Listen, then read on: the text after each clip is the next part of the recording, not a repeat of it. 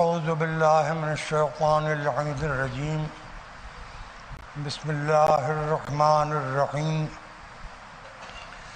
الحمد للہ المنعم المنان الظاہر فی کل شیء والباطن بالبینۃ والبرہان والمتکلم بلا جوارح فی التوراۃ والانجیل والزبر والفرقان والصلاة والسلام علی من انزل علیہ القرآن النبی الامی العربی القرشی المکی المدنی البطحی الابطحی الطہامی الدافع جیشات الاباطیل والدامغ صولات الاوالیل معلن الحق بالحق ابی القاسم محمد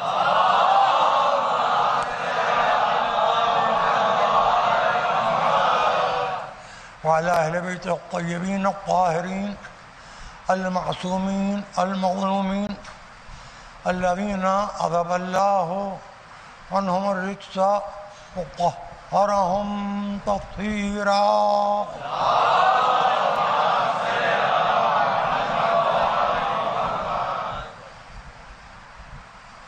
اما بعد فقد قال سبحانہ وتعالی فی متقن خطابہ المجید ومحکم کتابہ الحمید قل هل يستوي الذين يعلمون والذين لا يعلمون صلوات بر محمد.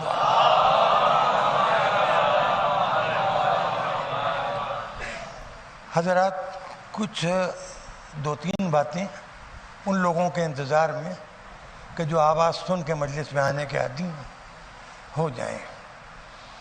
پہلی بات تو یہ ہے کہ اب ظاہر ہے کہ میں عمر کے اس اسٹیج پہ ہوں کہ آپ کو مجھے دیکھ کے ہنسی آ سکتی ہے اور مجھے آپ کو دیکھ کے غصہ آ سکتا ہے. تو پھر ایک بڈھے پر خلافت میں شیطان کا خوف تھا کہ نازل ہو جائے، مجھ پر نسیان کا خوف ہے، کیا کہ بھول جاؤں، کیا کہنے لگوں، کیا نہ کہنے لگوں. میں آمادہ نہیں تھا یہ عرصہ پڑھنے والا، آپ یقین کیجیے. یہ دونوں یاجوج ماجوج جو عباس ناصر متناصر لوگ مجھے گھیر کے بیٹھ گئے. میں نے قرآن سے استخارہ دیکھا، آیت ایسی نکلی کہ میں یہ عرصہ پڑھنے کے لیے مجبور ہو گیا. میں نے یہ سوچا کہ ریٹائرڈ نوکر بھی کچھ نہیں تو پوچھا تو لگا سکتا ہے، گندگی تو ہٹا سکتا ہے، میرے یہاں تولا نہ رہے، مگر میں تو ہوں. ایک بات. دوسری بات یہ ہے کہ آج کل میں ٹی وی زیادہ دیکھ رہا ہوں، ایک چینل نیوز دیکھ رہا ہوں، وہی نیوز دوسرے چینل پر دوسری شکل میں آ رہی ہے چیزیں. اس میں ایک اشتہار بہت اچھا آ رہا ہے، وہ اس کا ہے، وہ چائے کا اشتہار ہے جو مجھ ایسے لوگوں کے لیے ہے جو موٹاپا کم کرتی ہے. اس میں بڑا اچھا جملہ آتا ہے کہ عادت ڈال لیجئے. مطلب نا کون سی جو گرین ٹی، ہاں اس میں عادت ڈال لیجئے. تو 7:30 بجے آپ یہاں آنے کی عادت ڈال لیجئے. یہ میں عادت ڈال لیجئے کا اشتہار بزرگوں کے لیے ہے، بچوں کے لیے نہیں ہے. بچے تو گھر سے نکلتے ہی ہیں اور رات کو جب تک کہ آخری عزاداری کی مجلس سے محلے کی فرصت نہ پا جائیں اور سبیلیں بڑھا نہ دیں، اس وقت تک کہ گھر جانے کو ان دنوں میں جی نہیں چاہتا ہے. جو میرے ایسے ہیں سست رفتار، ان سے گزارش ہے کہ عادت ڈال لیجئے کہ 7:30 بجے مجلس شروع ہو جائے گی. ایک گزارش یہ ضرور میں آپ سے کروں گا کہ کچھ چیزیں میں تہذیب کے خلاف ہو رہی ہیں مجھ سے، یعنی فرش اعضاء کے بجائے میں آ کے کرسی پہ بیٹھ رہا ہوں، کیونکہ زمین پہ بیٹھ کے اٹھنا میرے لیے ایک ایسا اسٹیج ہے کہ جس کو دیکھ کے آدمی ایام اعضاء میں ہنسے اور کہ اس سے فائدہ کیا ہے. چوتھی چیز یہ ہے کہ کوئی بات اگر میری آپ کو قابل اعتراض نظر آئے تو میری زندگی میں مجھ سے پوچھ لیجئے گا. ہاں، میرے بعد آپ یہ نہ کہیے گا فلاں جگہ مجلس میں یہ. میں یہ اس لیے کہہ رہا ہوں کہ ہم تمام انسانوں سے ماضی میں بھی غلطیاں ہوئی ہیں، حال میں بھی غلطیاں ہو رہی ہیں اور مستقبل میں بھی غلطیاں ہو سکتی ہیں. میں یہ نہیں کہہ رہا ہوں کہ ہر آدمی جان بوجھ کے غلطی کر رہا ہے. آئیے، یہ تو باتیں اتنی یہ ہو گئیں اتنی دیر سمجھیے گا کوئی شاعر یہاں آ گیا ہوتا 7:30 بجے اس نے شروع کر دیا ہوتا تو اس کا کلام ختم ہو گیا ہوتا. تو شاید جلال کاظم آئیں گے یہاں اپنے پڑھیں گے. چلیے اب آیت کا عنوان کی آیت کیا ہے؟ دیکھیے آیت کا عنوان کہہ گیا میں. عنوان کی آیت ہے کہ کیا تم ان لوگوں کو جو علم رکھتے ہیں ان کے برابر سمجھتے ہو جو جاہل ہیں؟ یہ ہے قرآن کے الفاظ. قل اے رسول ان سے کہہ دیجئے حل یستوی الذین یعلمون والذین لا یعلمون، کیا تم علم رکھنے والوں کو جہالت رکھنے والوں کے برابر سمجھتے ہو؟ عالم و جاہل برابر نہیں ہو سکتے. ہمارا موضوع رہے گا بلکہ ہے گا نکھلو کی زبان میں، ہمارا موضوع ہے گا علم اور جہالت. چونکہ میں جاہل آدمی ہوں لہذا علم پر بھی کھل کے بولوں گا، اور چونکہ باب مدرسۃ العلم کے خاندان کا نمخار ہوں لہذا جہالت پر بھی کھل کے بولوں گا. اب جس عالم کی سمجھ میں آئے برا مان جائے، جس جاہل کی سمجھ میں آئے اپنے منہ پر پھٹکار برسالے. میں دیکھیے علم و جہالت آج کل ایک فیشن ہے کہ اب تعلیم پر زور دیا جائے گا. دیکھیے ایک چیز سمجھ لیجئے، تعلیم سے پہلی چیز جو ہے وہ تربیت ہے. اگر تربیت نہیں ہے تو تعلیم بیکار ہے. میں آزادار اور غیر آزادار دو طرح کے لوگوں کی مسجدیں الگ کر رہا ہوں اس وقت. آزادار فرش اعضاء سے تربیت لے کے مسجد میں جاتا ہے، غیر آزادار بغیر تربیت کے مسجد میں پہنچتا ہے تو وہ پھر گالیاں بکتا ہے مسجد میں.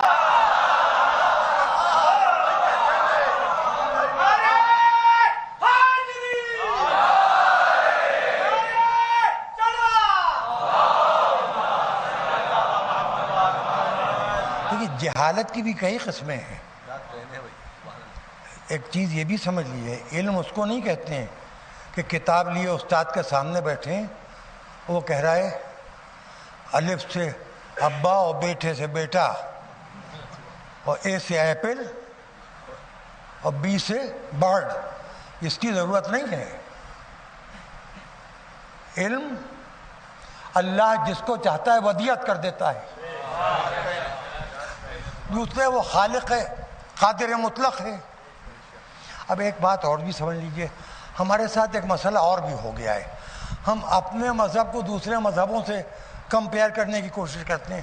بھئی ہمارا ہندوؤں سے کوئی لینا دینا ہی اس لیے نہیں ہے مذہبی اعتبار سے کہ ان کے 300 کروڑ ان کے ہاں بھگوان ہیں یا ان کے اوتار بہت زیادہ ہیں. ہمارے ہاں 1,24,000 کے بھی ہمیں نام پتے نہیں معلوم ہے، ولدیت نہیں معلوم ہے، ٹھکانے نہیں معلوم ہے. اس میں بھی چند ہیں. اب یہ کہ ہم چونکہ مانتے ہیں لہذا قرآن میں ہم کوئی رد و بدل نہیں کر سکتے، کیونکہ قرآن کے بعد ہم آئے ہیں، ہمارے بعد قرآن نہیں آیا ہے. ہم نماز کی 4 رکعتوں کو 3.5 نہیں کر سکتے یا 5 نہیں کر سکتے، ہم بالکل پابند ہیں. ہاں یہ ضرور ہے کہ ہمیں دوسرے مذہب کے لوگوں سے الجھنے کا ٹی وی چینلوں پر شہرت پانے کے لیے شوق بہت ہو گیا ہے، اور اس سے عام آدمی ایک دوسرے سے دور ہوتا چلا جا رہا ہے. چند دن کی خوشنودی کے لیے سب بحثیں ہوتی ہیں. اس میں قصہ یہ ہے کہ ہمارے پاس علم نہیں ہے. شیعہ فرقے پاس کبھی علم کسی کے پاس نہ تھا نہ ہے نہ ہوگا. ہمارے پاس علم کے شہر کے دروازے کا پتہ ہے.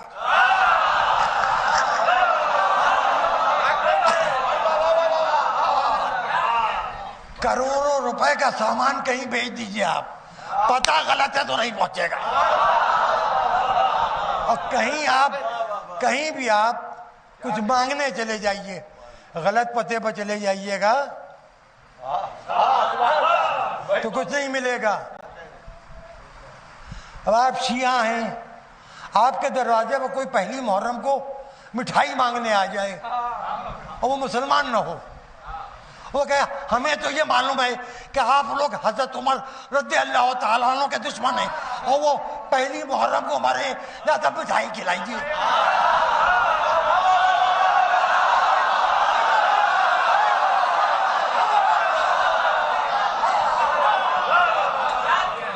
مثال کے طور پر میں مثال دے رہا ہوں.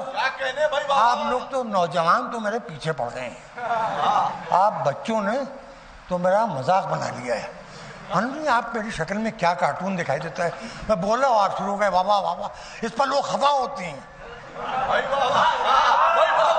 اس پر لوگ خفا ہوتے ہیں.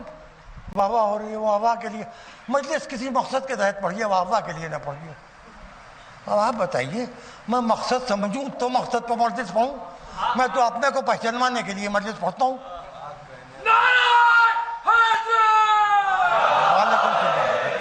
ایک گزارش آپ سے اور ہے، ادھر کچھ مجلسوں میں نے ٹی وی پہ بہت سی مجلسیں بھی دیکھ رہا ہوں نا، شبوں کی مجلسوں میں کئی جگہ کو وہ جائز نعرے ناجائز جگہ پر لگ گئے. یعنی شادی کا جوڑا غمی کے گھر میں پہن لیا گیا. اب یہ کہاں کہاں دیکھی جا رہی ہیں، کچھ کہاں نہیں جا سکتا ان مجلسوں میں. تو لکھنؤ کی جو آزا کی تہذیب ہے اس میں جو نعرے آزاداری سے متعلق ہیں ان کو تو چھوڑیے نا، اور جو عید زہرا سے متعلق ہیں ان کو چھیڑیے نا. نہ میں اس کا مخالف ہوں نہ اس کا مخالف ہوں. میں اس بات کا مخالف ہوں کہ نویں محرم کو آپ، نویں ربیع الاول کو آپ کالی شرٹ پہنے ہوں اور نویں محرم کو آپ لال شرٹ پہنے ہوں. شرٹ کا رنگ بدلنے سے مذہب نہیں بدلتا، عقیدہ نہیں بدلتا، ماں کی تربیت بدلا ہے.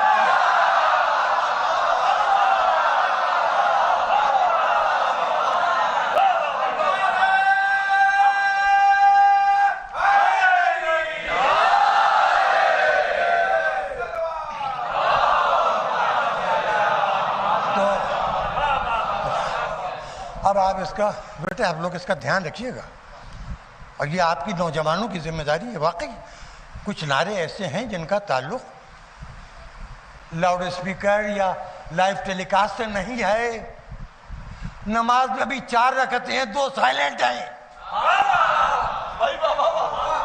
ارے آپ بتائیے، اللہ کی نماز سے بڑھ کے دے تو مسلمان کے لیے اور شیعہ کے لیے کوئی چیز ہو ہی نہیں سکتی.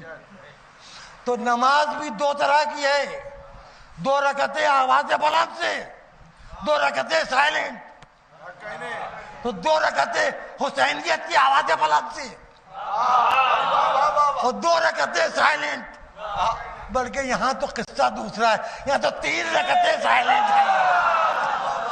ایک صلوات پڑھ دی ہے میرے خیال میں مجھے جو کہنا تھا وہ میں نے کہہ لیا، اور جس کو نہیں سمجھنا ہے اس کی سمجھ میں بالکل نہیں آیا وہ کھائے گا میری ڈانٹ، ممبر پر سے ڈانٹوں گا اسے. یہ بھی سن لیجیے.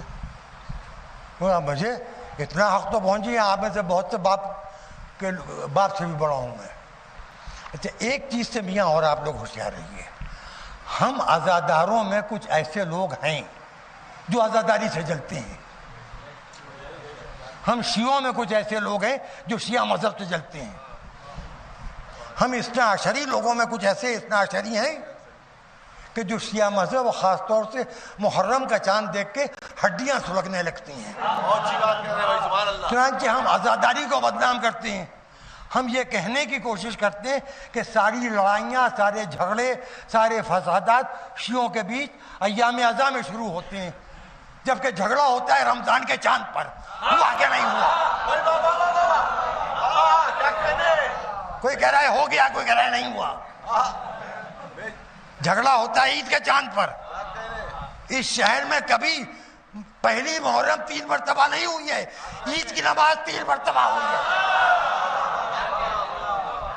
اور کوئی لڑائی جھگڑا نہیں. اب ظاہر ہے کہ لوگ آپس میں ملیں گے تو اپنے قصے کہانی تو ایک دوسرے کو، کوئی گومتی نگر میں رہتا ہے، کوئی اندرا نگر میں رہتا ہے، کوئی آدمی مثلا بالکل ایئرپورٹ کے قریب رہتا ہے، سب آ کے فرش اعضا پہ ایک دوسرے سے مل گئے.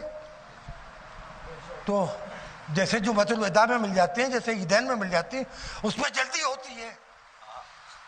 کیونکہ نئے کپڑے پہنے میں اور گھر جانا ہے اور سوئیاں ہیں اور وغیرہ وغیرہ. اس میں کچھ ہے نہیں, دکھاوا ہے نہیں. آنسوؤں میں دکھاوا کیا ہے کا؟ دکھاوا خوشی میں ہوتا ہے, غمی میں کیا دکھاوا؟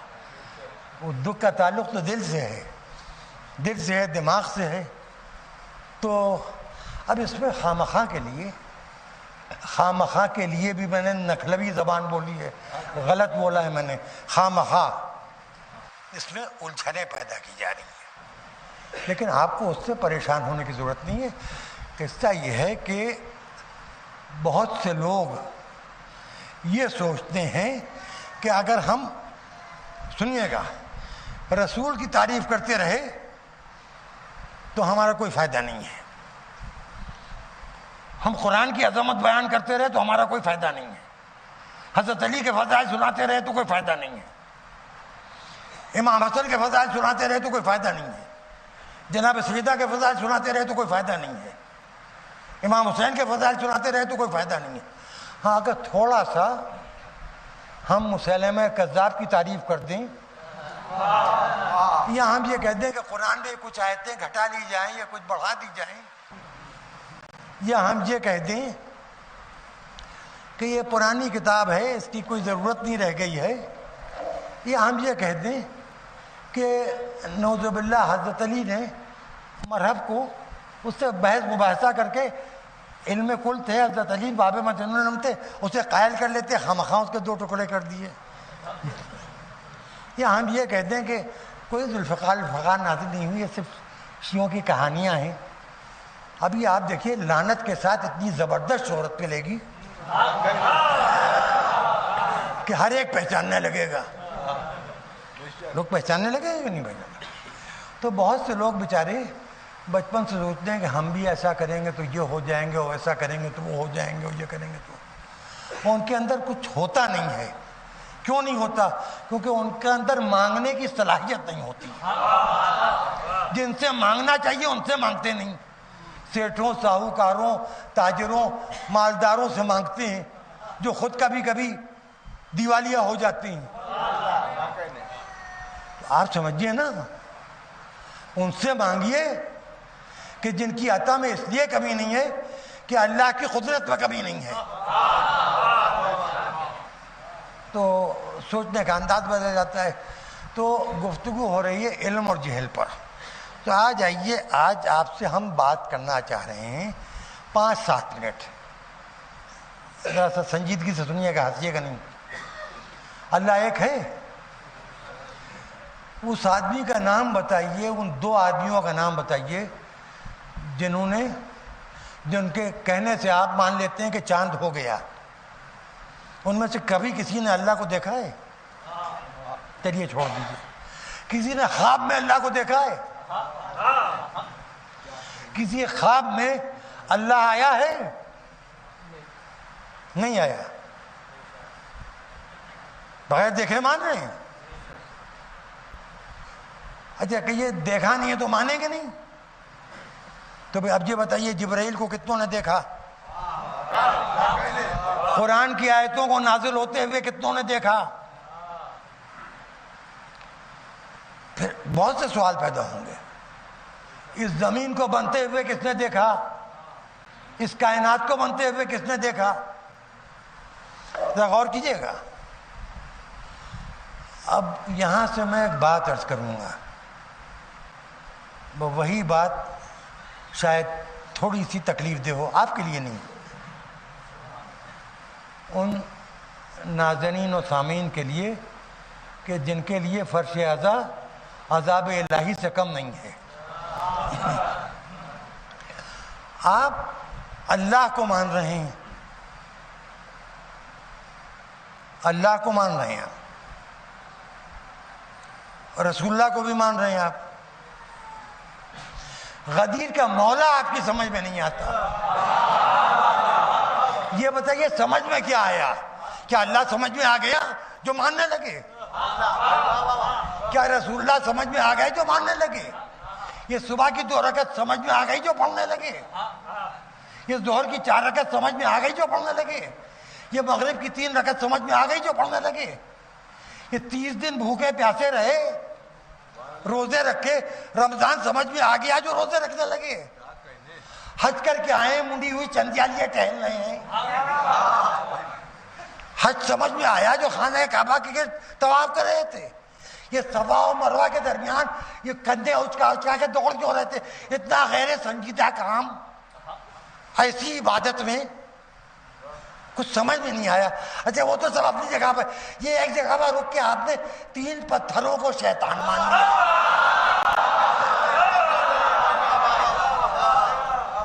اور ان پر گگریاں مارنے لگے۔ یہ کوئی طریقہ ہے؟ سلیقہ اختیار کیجئے، تمیز سیکھیے، تہذیب سیکھیے۔ یہ کپڑوں کو کیا ہو گیا ہے؟ ایک کمر میں بندھا ہوا ہے، ایک کندھوں پر پڑا ہوا ہے، اور یہ کہ آپ جو بھی نہیں مار سکتے؟ یہ سب کیا تماشا ہے؟ چلیے بڑی محنت سے کمایا تھا، حد یہ ہے کہ انکم ٹیکس وبھاگ سے بھی بچا لیا، مگر زکوٰۃ نکالنا پڑی۔ یہ کیوں نکال رہے ہیں آپ؟ بغیر ایمان کے ان میں سے کوئی کام تو ہو نہیں سکتا۔ بغیر ایمان کے حسین کی حقانیت اور یزید کے باطل ہونے کو مانا نہیں جا سکتا۔ اور اس سے جو جملہ کہہ رہا ہوں بڑا بوجھل ہے، آپ اثنا عشری شیعوں کے لیے، صحیح العقیدہ شیعوں کو خاص طور سے میری بات بہت ناگوار گزرے گی۔ یزید کو ہم بھول جاتے اگر جاہل ہوتا۔ بڑی سخت بات کہہ رہا ہوں، یزید مکمل طور پر پڑھا لکھا تھا، وہ جانتا تھا کہ محمد خدا کے رسول ہیں، وہ جانتا تھا کہ علی امیر المومنین ہیں، وہ جانتا تھا کہ زہرا حق پائیں، وہ جانتا تھا کہ حسن حق پائیں، وہ جانتا تھا حسین حق پائیں۔ یزید پر زیادہ لعنت اس لیے ہوتی ہے کہ عالم زیادہ تھا۔ ارے عجب زاویے سے میں نے بات کہی، کیونکہ وہ زیادہ جانتا تھا، اس پر لعنت بھی زیادہ ہوتی ہے۔ اچھا یزید پر لعنت ہوتی ہے تو ہونے دیجیے۔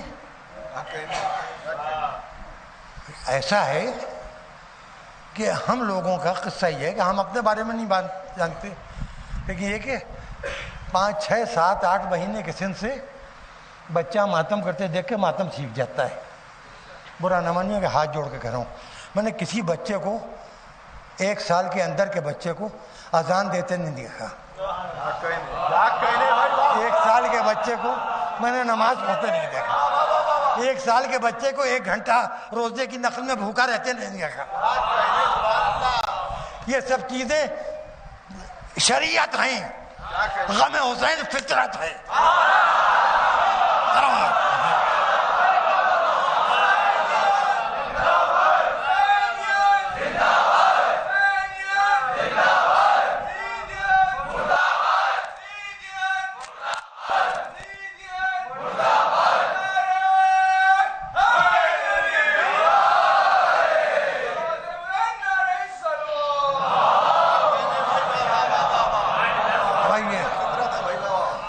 چند باتیں پھر دوہرا دوں۔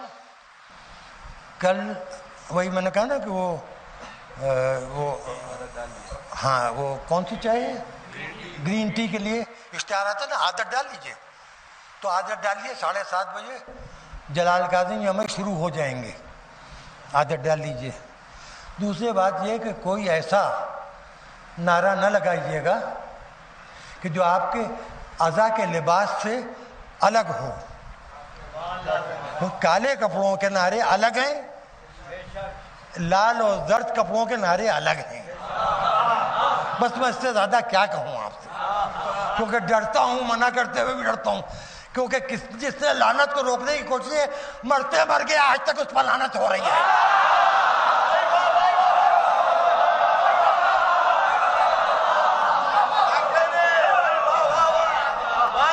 میں یہ گستاخی کر رہا ہوں کہ آپ کو بتا رہا ہوں کہ پہلی رکعت پہلے پڑھیے، دوسری بعد میں پڑھیے، تیسری بعد میں پڑھیے، چوتھی بار پڑھیے، بس اتنا کہہ رہا ہوں آپ کو۔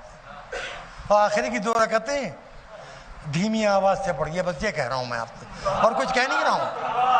خدا نہ خواستہ میں دشمنان اہل بیت کی طرفداری میں کوئی لفظ منہ سے نکلنے سے پہلے موت چاہتا ہوں. وہ زندگی پر لعنت ہے کہ جو اعضائے اہل بیت کے خلاف یا دشمنان اہل بیت کی تائید میں آدمی کی زبان سے کوئی زندگی میں کوئی لفظ نکل جائے گا. پھر ہم ہندوؤں کے یہاں تو پنرجنم ہے، وہ ایک جنم کی غلطی دوسرے میں بخشوا لیں گے. ہمارے پاس تو دوسرا جنم بھی نہیں ہے، ہم کہاں جائیں گے؟ ایک بات یاد رکھیے کہ جس کا سن جتنا زیادہ ہے اس کے لیے عذاب اتنا قریب ہے، لہذا عذاب سے بچنے کا راستہ واحد یہی ہے.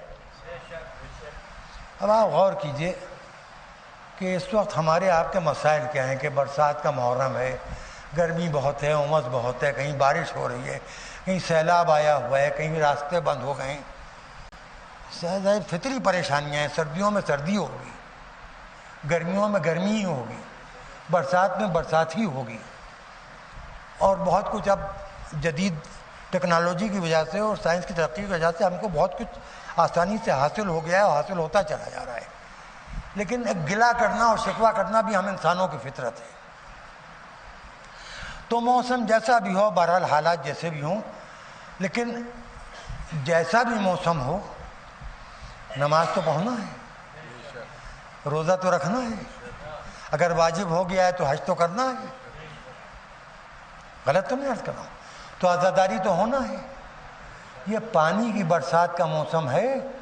موسم خونباری میں جب عزاداروں کا خون برستا تھا اس وقت بھی عزاداری کے فریضے کو چھوڑا نہیں گیا ہے. عزاداری پر کیسے کیسے سخت گزرے اور کیسا کیسا زمانہ گزرا. یہ عزاداری کیسے کیسے مرحلوں سے گزری، اس کو سوچیے. اب آپ یہ سوچیے کہ اس کی عزاداری کی اہمیت پر لوگ گفتگو کرتے ہیں. بیوقوفی کی باتیں کر رہے ہو یار. اللہ کی عظمت کی اہمیت سمجھ میں آ سکتی ہے، اللہ کی قدرت کی اہمیت سمجھ میں آ سکتی ہے. ہمارا ظرف وجودی بہت چھوٹا ہے، ہم ایک چھوٹا برتن ہیں، تو ہمارے اندر سمندر اور دریا کہاں سے سما جائیں گے. ہم اپنی اوقات پر جتنا سمجھ سکتے ہیں سمجھتے ہیں. عزا کی اہمیت وہ سمجھتا تھا جو ان غموں کا وارث تھا. ہمارا آپ کا چوتھا امام، چوتھے امام کا کیا عالم تھا؟ وضو کے لیے چلوں میں پانی لیا، چلوں میں پانی ہے، یہ پانی میرے 6 مہینے کے بھائی اصغر کو نہ ملا. میری پیاسی بہن سکینہ کے لیے میرا چچا گیا پانی لینے کے لیے، شانے قلم ہو گئے، چچا کا تو جنازہ بھی واپس نہ آیا. یہ پانی میرے بھائی علی اکبر کے سینے میں برچھی لگ گئی، میرا بھائی دم توڑ کے مر گیا لیکن پانی نہ ملا. میرا باپا پیاسا مارا گیا، اتنا روئے کہ وضو کے پانی میں آنسو شامل ہو گئے، پانی پھینک دیا، پھر وضو کا پانی لیا، پھر رو رہے ہیں. دیکھیے ارادہ نماز، امام کے اوپر وضو واجب نہیں ہے، غسل واجب نہیں. امام وضو کرتا ہے وضو سکھانے کے لیے، وہ طہارت سکھانے کے لیے طہارت کرتا ہے، ورنہ امام کے لیے ضروری نہیں ہے. امام نے بتایا کہ وہی وضو وہی نماز قبول ہوگی جس میں آنسو شامل ہوں گے، اور بغیر آنسوؤں کے پڑھے جاؤ نمازیں مرے جاؤ، رکھے جاؤ روزے مرے جاؤ. جنت تو کیا رحمت کا فرشتہ بھی تمہارے قریب نہیں آئے گا. رو رہے ہیں چوتھے امام. منہال کوفی بس میاں آپ لوگوں کی محبت ہے کہ آپ مجھے آپ توجہ فرماتے ہیں، بس گفتگو مکمل ہو رہی ہے. منہال کوفی گھر کے قریب سے گزر رہے تھے، پڑنالے سے پانی گر رہا تھا چوتھے امام کے گھر کے قریب سے. منہال بچ کے نکلنے لگے. مولا کے چاہنے والے طہارت پسند ہوتے ہیں، بچ کے نکلنے لگے. کنیز ڈیوڑی میں کھڑی ہوئی تھی دروازے پر. کنیز کا منہال بچ کے کیوں نکل رہے ہو؟ یہ پانی بڑا پاک پاکیزہ پانی ہے، یہ وضو کا پانی ہے جس میں چوتھے امام کے آنسو شامل ہیں. روئیے دیکھیے اس لیے روئیے کہ بات کرتے کرتے آج محرم کی پہلی تاریخ ختم ہو گئی، دوسری محرم کی رات آ گئی، کہ بہت کم وقت ہے آپ کے پاس رونے کے لیے۔ حسین پاک ایک کو 40واں ہوتا ہے، ایک کو 40 دن رویا جاتا ہے، نہ تو 72 کا مسئلہ ہے۔ منہال کوفی کنی سے کہتے ہیں کہ پردہ کراؤ، اگر اجازت ملے پردہ کراؤ، مجھے مولا کی خدمت میں پہنچاؤ۔ منہال خدمت امام میں حاضر ہوئے، امام مشغول عبادت تھے، منہال بیٹھ گئے۔ تھوڑی دیر کے بعد امام کو سلام کیا، جواب دیا، کہو منہال کیسے آنا ہوا؟ کہ مولا آپ کے گھر کے قریب سے گزر رہا تھا، آپ کے آنسو ملے وضو کے پانی کو دیکھ کے رک گیا، بس مجلس مکمل ہو گئی۔ مولا صبر کیجئے، آپ تو کربلا کے واسطے روتے ہی جا رہے ہیں، آپ تو نماز میں بھی روتے ہیں، رمضان میں بھی روتے ہیں، حج کے لیے جاتے ہیں تو جاتے ہوئے بھی روتے ہیں، دوران حج بھی گریا کرتے ہیں، واپسی ہوتی ہے تو بھی آپ گریا کرتے ہیں، آپ پیادہ حج کے لیے تشریف لے جاتے ہیں، آپ سید الساجدین ہیں، آپ زین العابدین ہیں، اے مولا کتنا روئیے گا۔